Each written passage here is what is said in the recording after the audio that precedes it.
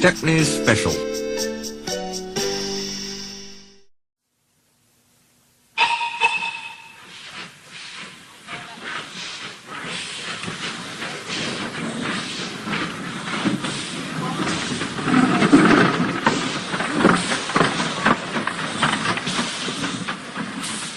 So I tried very hard, but I couldn't work properly, and they put me on a siding. I stayed there for days and days. Other engines were there too. I was afraid. I'd have been frightened too, said Edward. But then some workmen came, they mended me, and even gave me a coat of paint. I couldn't understand it till my driver came. He was very pleased. "Stepney, you lucky old engine," he said, "you've been saved. The Bluebell Railway has bought you." "What a lovely surprise," smiled Edward. "Have they saved other engines besides you?" he asked. "Oh, yes," answered Stepney. "You'd like our Bluebell and Primrose. They're twins," he chuckled, "and it's like as two peas. They only had numbers at first. Bluebell is 323 and Primrose is 27. They were very pleased when our controller gave them names. Some say he was wrong to do it.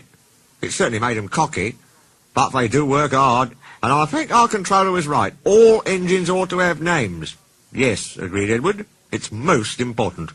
"That's why," Stepney continued, "we've given names to our 488 and 2650. But our controller doesn't know. It's a secret. Don't tell him, will you?" "Of course not," smiled Edward. They're both very pleased about it, because now they feel part of the family. We call 488 Adams after his designer, you know. He's a lovely engine. A South-Western from Devon. He can stroll away with any load he's given. Cromford, who's 2650, has been pulling trucks up high peaks in Derbyshire. He's tough as Cromford. He had to be for that job. Captain Baxter's tough too, Stepney went on. And rather rude.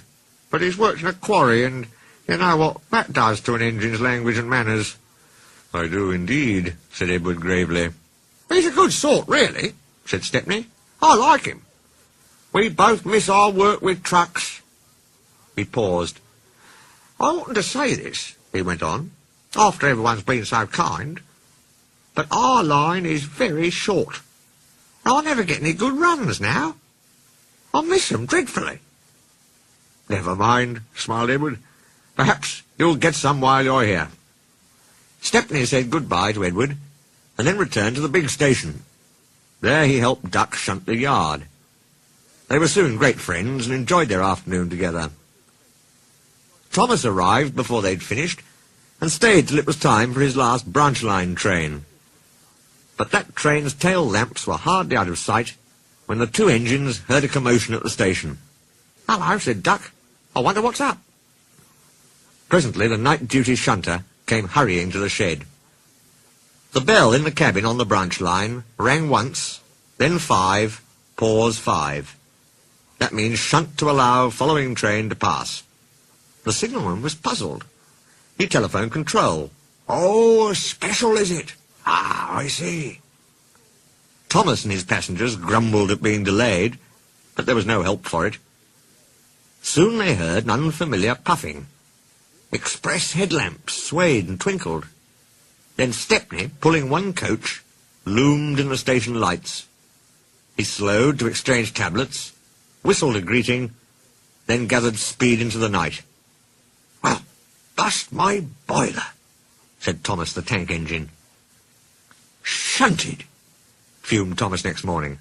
"On my own branch too. It's a disgrace." "I'm sorry," said Stepney. "I was a special," he explained. "Why?" "An important passenger came after you'd gone. He said he must get home, and ordered a special. Duck kindly let me take it. We had a splendid run. No record breaking, of course, but... "Ah, well," said Thomas modestly. "Perhaps when you know the road as I do—" "Exactly," put in Stepney. "You're such an expert." Thomas, flattered, forgot he was cross, and told Stepney all about his branch line.